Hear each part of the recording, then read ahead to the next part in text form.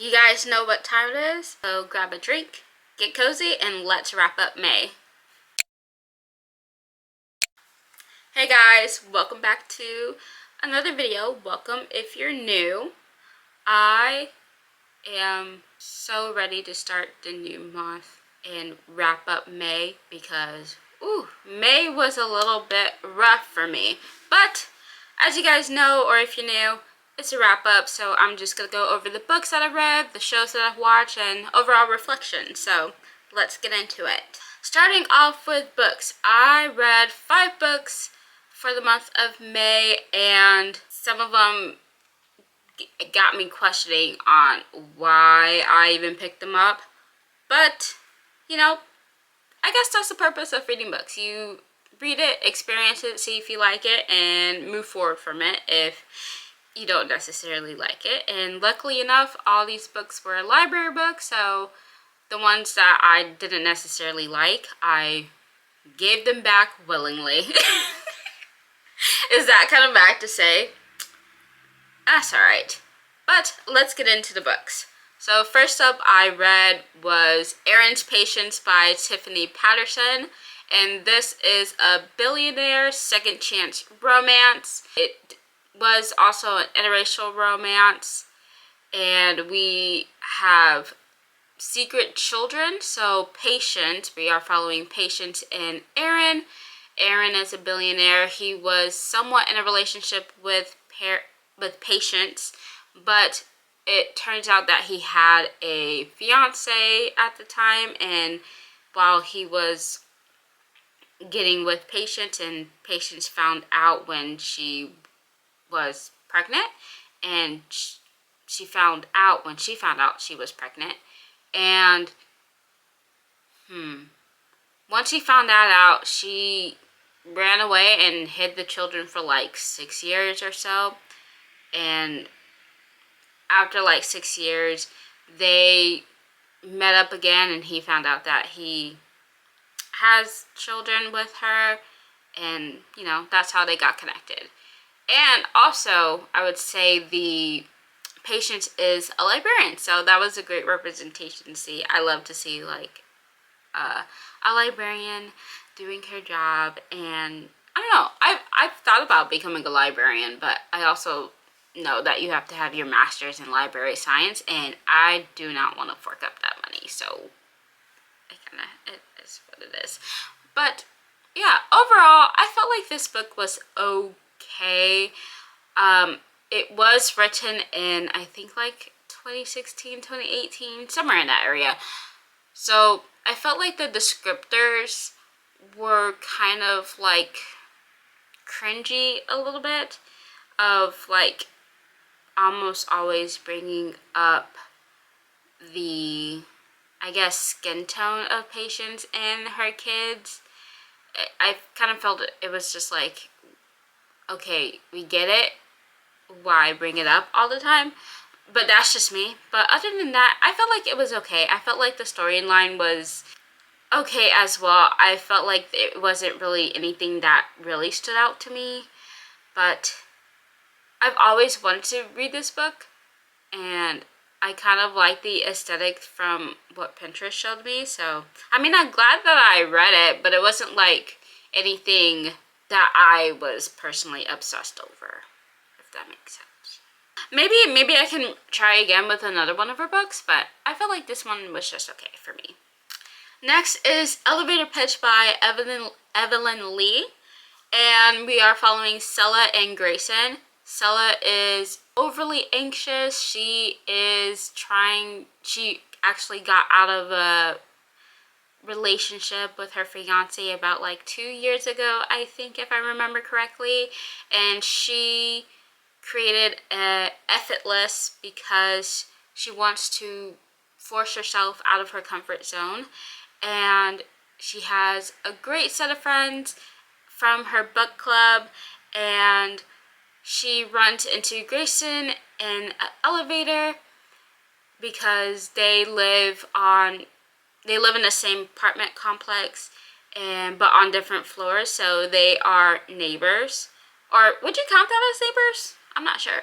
But they are neighbors, and when they first met in the elevator, Stella was reading on her Kindle, and that kind of intrigued Grayson's interest, and he asked about the book, and I felt like he became the ultimate book boyfriend, and he also wanted to get to know Stella more. And also, what else about Grayson am I missing? Oh, he is the owner and founder of a dating app that surprisingly, when they met, Stella just got off of a date from that dating app. So that was interesting. And they kind of come up with an agreement to help Stella cross through her effort list. So it's neighbors to friends to lovers, maybe. And I definitely love this book. I love this book so much that I kind of want to get my own copy of it. I love so this is an interracial relationship as well. Grayson is Korean American and Stella is Black. And I love how the author went into the book with care with going into the Korean culture. I also love that when Grayson was mentioning anything in Korean, you have like the words spell out in Korean. I think the Korean alphabet is called Hangul, and then on the bottom there's footnotes with the translation. I love a book with a good translation. I wish that was standard in a lot of the books, but you know, it's not, and that's okay. But I really enjoyed it, and I feel like I love it when an author goes really deep into like research with learning new things and putting the research into the books so us readers can learn from different cultures and learn different things from what authors have researched, and that could resonate with the people who are from that culture and bring inspiration to people who are learning that culture or introduce them to that culture, if that makes sense. Am I making sense? Sometimes I feel like I'm not making sense, but that's okay.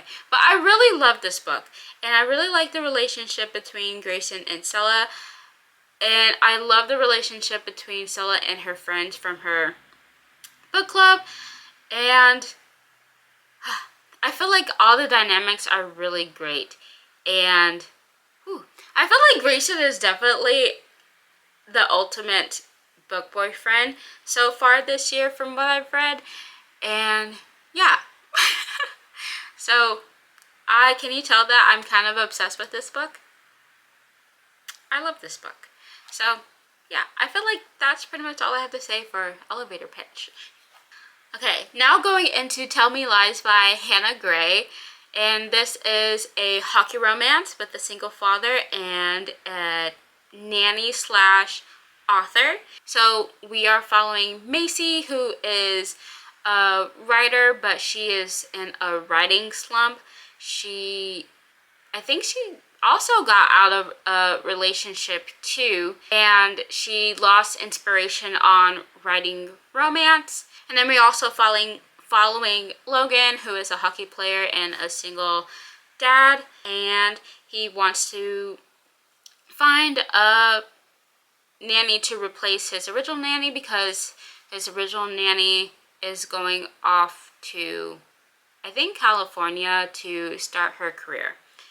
So Macy was like, gotta recommend, well, a friend of Logan's, which is also a friend of Macy's, told her about it, and Macy agreed to do it temporarily, and tension between the two start to rise. They are attracted to each other, and somehow Macy gets more inspiration to start writing again while also taking the time to nanny Logan's daughter. I think her name's Amelia. And definitely Logan was definitely helping with the inspiration, and he was definitely all for it. And I think the inspiration was for a hockey romance in itself as well, which is crazy because this is a hockey romance. So but I would say I like this book. I definitely enjoyed it since it's been a while since I've read a hockey romance. Yeah, I don't think I would continue on reading the series though. I think this is the first book in a series, but I don't think I'll continue on to read this series. But yeah, but overall, I liked it. Ooh, next is The Nightblood Prince by Molly X. Chang, and this is so good. I love this book. So this is a YA going over prophecy. It's giving C-drama vibes, and we are dealing with vampires as well. We are following Faye, who was prophesied to be the empress of all empresses, and the emperor of her county, like area, he found out. So when she was an infant, she was brought to the palace and she could not leave, so she was essentially trapped there. So because his son was also intertwined with the prophecy as well, so he wanted them to get married. And I think the prophecy is because she has like a phoenix birthmark on her forehead, but she really wants freedom and not necessarily to get married to, I think his name is like Wrong or something like that. But she doesn't want to get married to him. But then there's also another prince that's there as well from a different country, county. I don't know how to pronounce his name, but he is the vampire. He is also intertwined in the prophecy as well. So this is kind of like, there's no good or bad. Both of the male characters are kind of bad in a sense that there are no heroes. It's like dual villain situation type of here, but one's just a little less evil than the other. And yeah, so we definitely have C-drama vibes. We definitely have the historical ones, and with vampires and two princes and a prophecy and fate that Faye cannot outrun. And she's trying to navigate, I guess, escaping the palace and trying to live a life, but she can't really outlive that because she runs into the vampire section, and then there's also war between the two princes and their clans as well because of said prophecy. So this is the first book of the series, and not gonna lie, I'm not sure if I want to read the second book or not, but I'm kind of like intrigued at the same time to continue on the series because like I want to know, and it was kind of left on a cliffhanger a little bit. But I also like the way that there was Chinese characters within the book as well with the translation. I kind of wish that the translation was like footnoted at the bottom, like elevator pitch, because I think I was starting to get a little confused with when it was written in Chinese and then like the italicized translation, because sometimes I felt like I got confused with the translation and stuff like that. So, but maybe that's just me. But I did love having the Chinese language within the book, and that was I really enjoyed that. I really enjoy like seeing the language and having the translation so I can understand as well, but also like somewhat be a part of the culture in a way. And I also really love the cover of the book. I feel like it really portrays the weight of what Faye has to go through, especially like the crown that you see that's on her head. That's like the entire country that's weighing on her shoulders, weighing on her head, even with the birthmark on her head. So I really enjoy seeing that on the cover. And I felt like that was it translated really well onto the cover, as well as the vampire and the prince of each country or province or area. I don't really know how to describe that, but you see like the white strip of hair for the vampire, and then like the more, I guess, bronzy tan to differentiate the two male leads. So I really enjoyed that. I really like that. And on to the last book, and that is Between Two Kings by Lindsay Straube. Oh my gosh, I don't know what to say other than, what did I read? I was so annoyed the whole time, and I kind of had an inkling that I was going to be annoyed from the get-go when I first read the 2 chapters. And I just don't know what happened. I felt like the first book was so good, and then the second book, I have no idea what happened. I think I was just so annoyed with Temperance that I just could not even get into the other parts of the book that were happening. Temperance was so flippy-floppy this whole time, and she kept on contradicting herself. She said one thing, and then Caspian was like, I don't think you shouldn't do that because of such and such. And then she's like, she would fight back, and then once he was like, okay, you should do it, she wants to say, no, I don't want to do it anymore. Let's just say I am so glad that this is a library book, and I'm ready to give it back. But this is a continuation of To Kiss a Basilisk. We are following Temperance and Caspian and Leo. So Leo, the human king, is found Evelyn, and Temperance, quote unquote, decided to be with Caspian, and she is still trying to navigate the Basilisk way, and I feel like she fought so hard to go against the Basilisk way, like she just wanted to be human. And they just come across so many like trials, which ultimately were kind of Temperance's fault to begin with, I felt like. And then, but towards the end, it just went left. What in the world? I don't know what happened or why it happened. I just don't understand. Maybe I'm dumb, but maybe I'm just mad at the ending because I'm mad at Temperance or annoyed at her.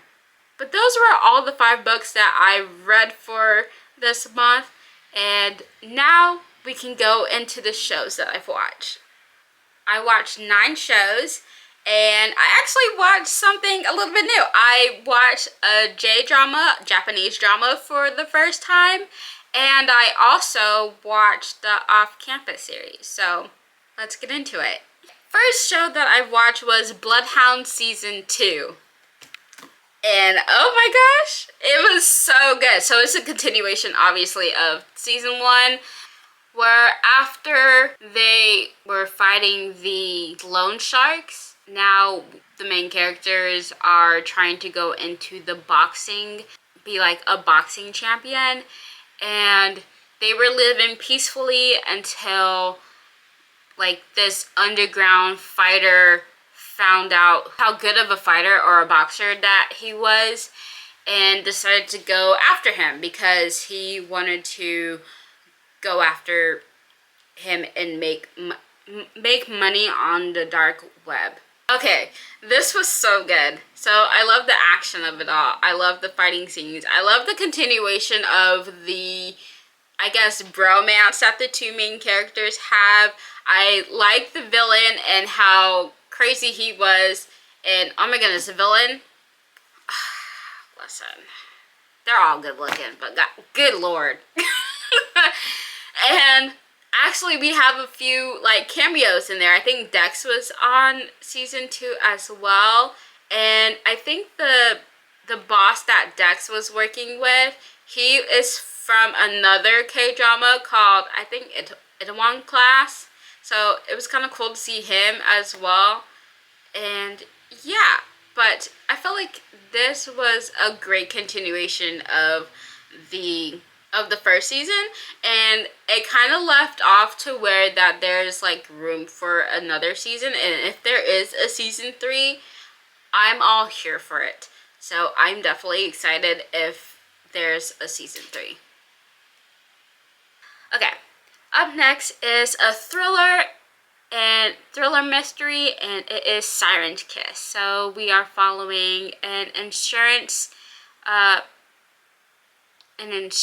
investigator, and he is investigating if there was any fraud or scheme for like insurance purposes. And then within doing that, he follows a series of mysterious murders that are happening, and then our female lead is just so happened to be entangled with all of the murders, and they, you know, the insurance and everybody around her thinks that it was her, but it was not necessarily her.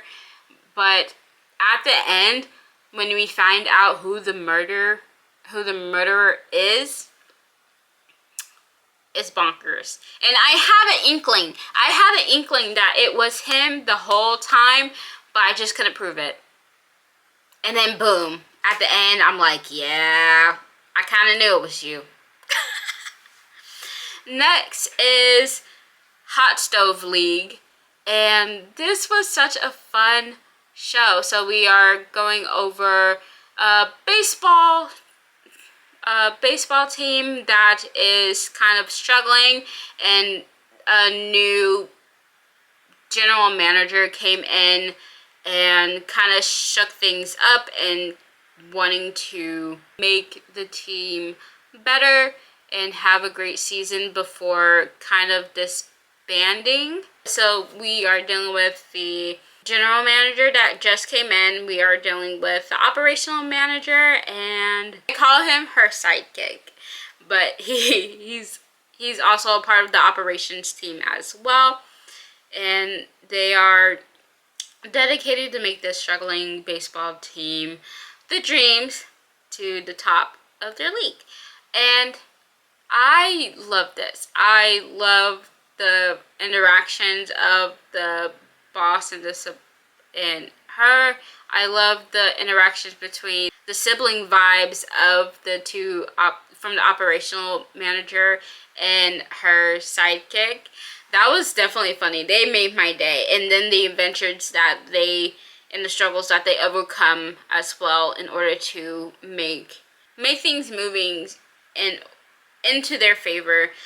So if you like baseball and are interested in knowing like the behind the scenes of baseball, I would definitely recommend watching this K-drama and seeing to kind of get that vibe as well. Ooh. Next is the C-drama called My Journey to You. And is it C-drama or C-trauma? Because can we talk about the ending? What was that, huh?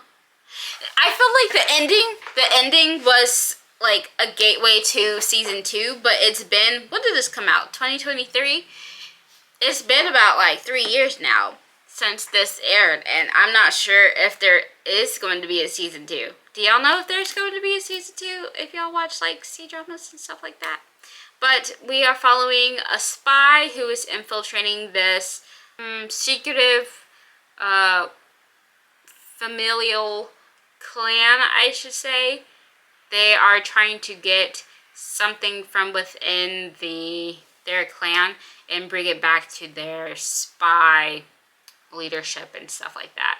It's just interesting to see how both of the spies were and how they interacted, and see like the betrayal between the two and the betrayal of the ones that they are, I guess, infiltrating, and how to make both of the male characters to fall in love with the spies. So that was very interesting. But I wish there was a second season, or I wish that the ending was a little bit different, because it made me a little bit sad for our main character, the male lead.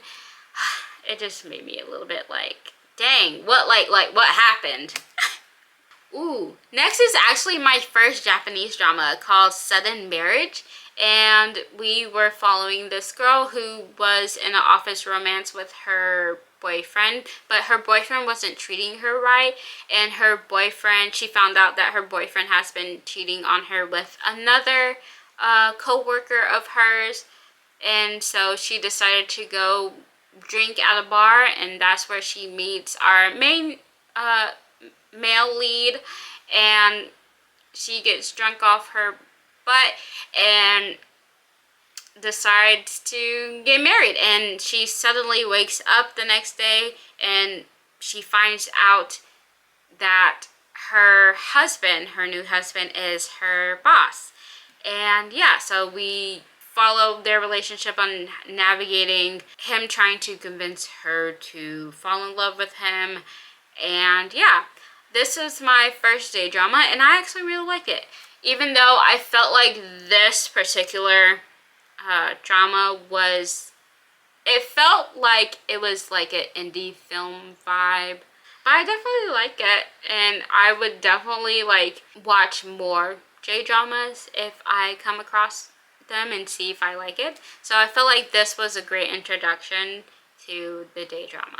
Up next is actually based off of a book, and that is the Off-Campus series that I watched. So this is based off of the Off-Campus series by L. Kennedy, and I think a lot of book lovers or romance lovers would know about this hockey romance series.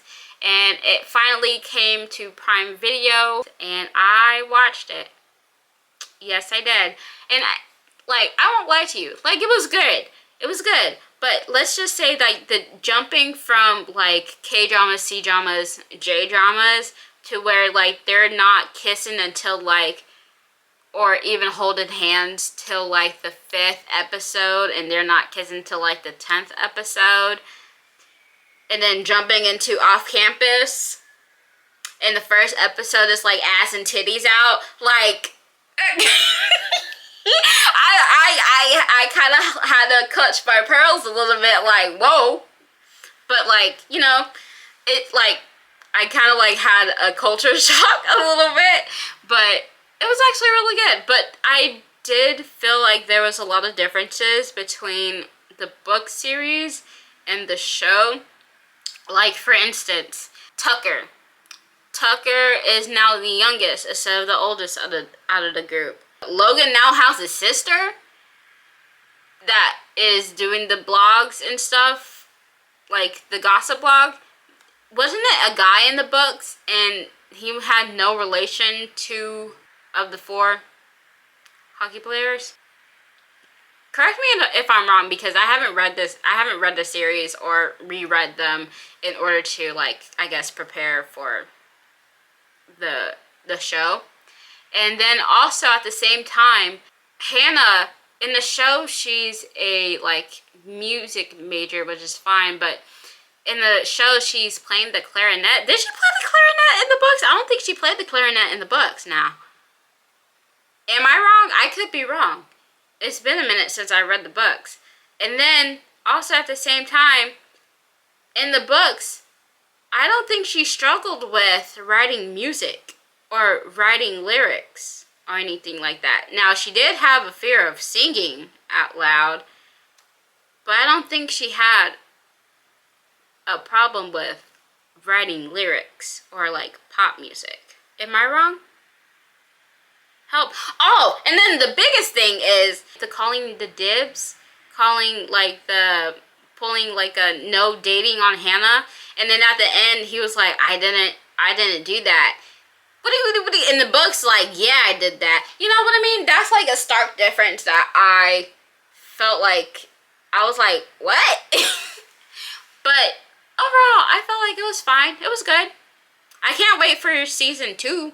I like the Dean and Allie situation that happened, especially the JLo scene. Get it, girl. Her and Maverick, get it, girl. And so I can't wait for their season.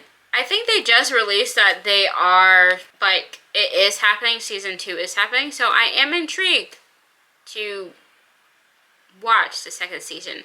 If you've seen the Off-Campus series, let me know your thoughts. And if you have read the series and have watched the show, did you like the adaptations that did happen? I felt like I liked the adaptations, but some of them I was like, wait a minute. Like, am I tripping for a second? So let me know if you felt the same way.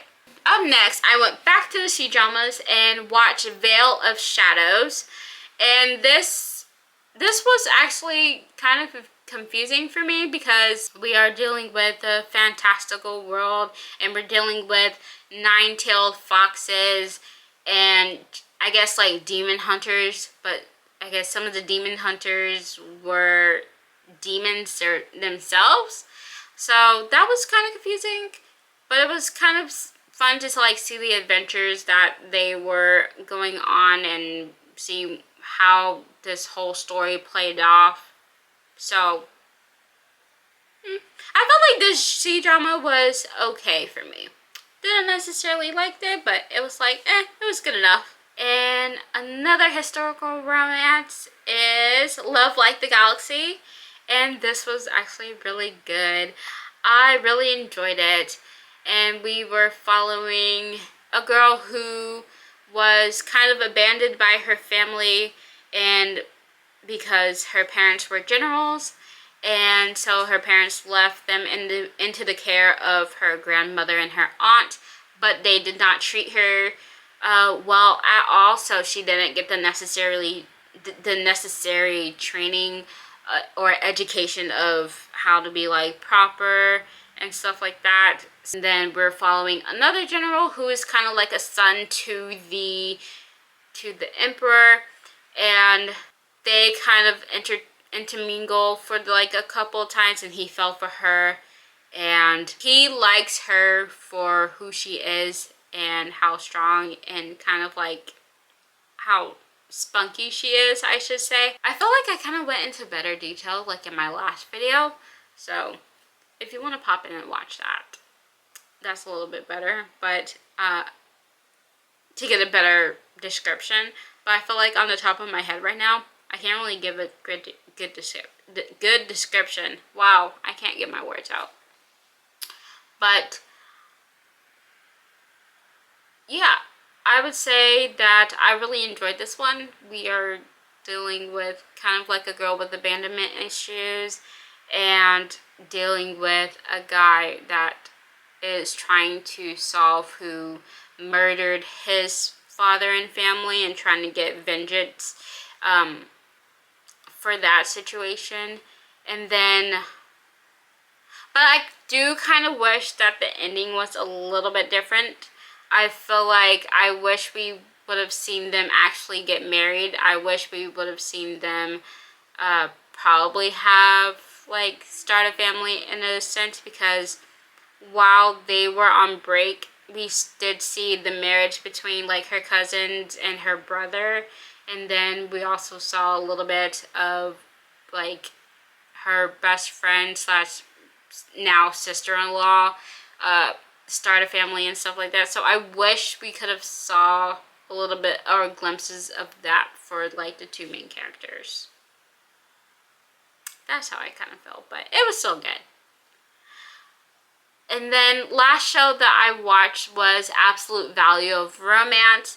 This K-drama follows a girl that is in high school and she is a writer.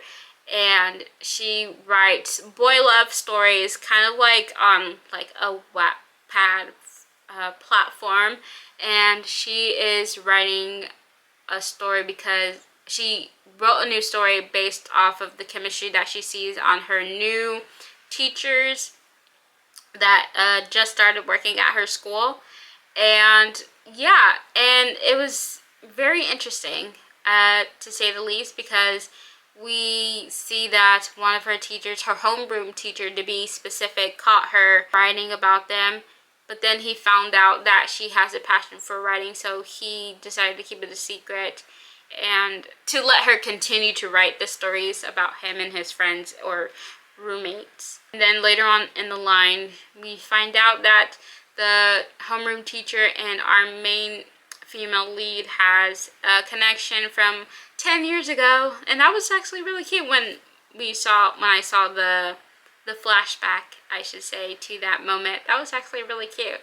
So yeah, I felt like this was okay. I was kind of confused about the ending a little bit, but it was an open-ended ending, so maybe there will be a season 2.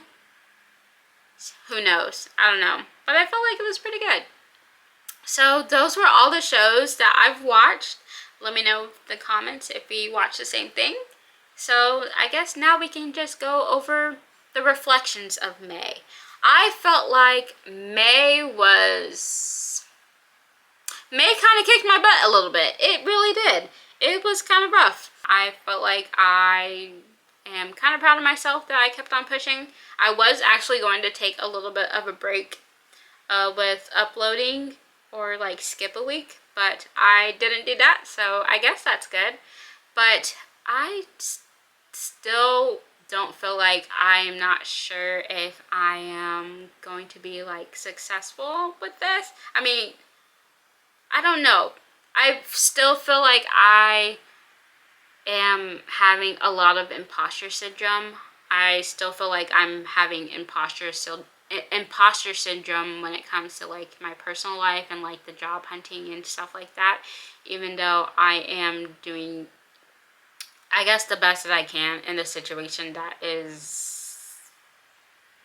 life is handing me. So I don't know.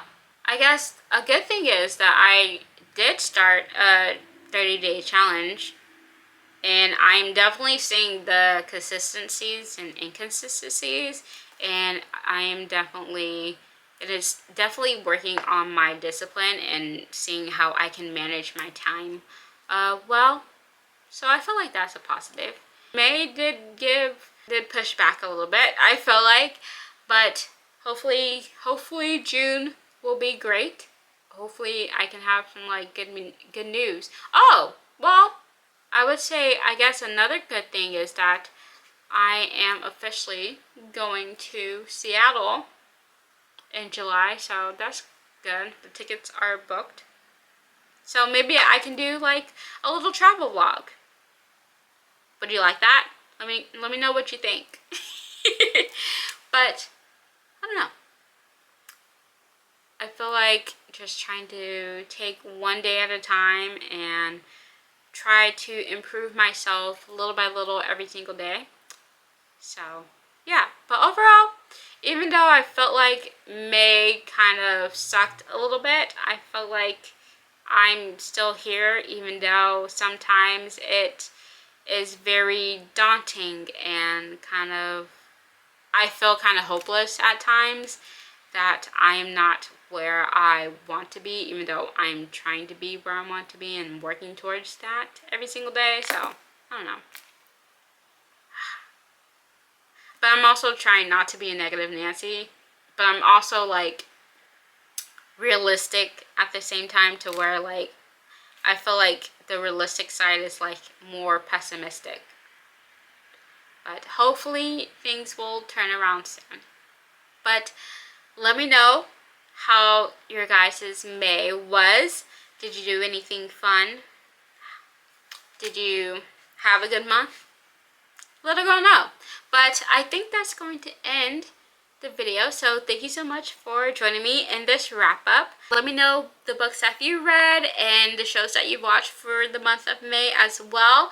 And until next time, my friends, stay curious, stay cozy, stay reading. Bye guys.